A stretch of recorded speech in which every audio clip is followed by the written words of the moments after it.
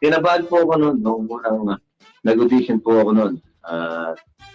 Ang ginawa ko na lang po siyempre, pakapala po ng mukha. Kinapala ko na lang po yung mukha ko kahit na hindi ko po alam kung ano po yung ginagawa niya. Yun. Ang pako ko pong talent dati noon ay pagkanta na hindi Oo. ko pala uubra. Kaya naghanap po ako na po pwede po talent na sa acting. Tama, tama. Ang galing nun. So, ano reaksyon ng mga kapwa mo contestant nung nakita ka nila? Kasi nung sumali ka noon, talagang kuwang-kuwa mo yung buhok, yung ilong, lahat. Kuwang-kuwa mo eh. Oo. Anong reaksyon nila sa'yo? Sabi nila, mabigyan talo na tayo rito eh. Ito kahit di mag-makeup, isa na yung tsura eh. Kaya nga. Parang ganun. Oo, di ba?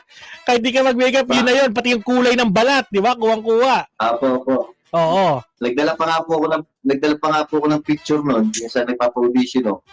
Sabi nila, sir, yung dali niyo po yung ginagaya niyo. Hindi niya po alam ako. Yun po yung ginagaya ko, yung dala-dala ko.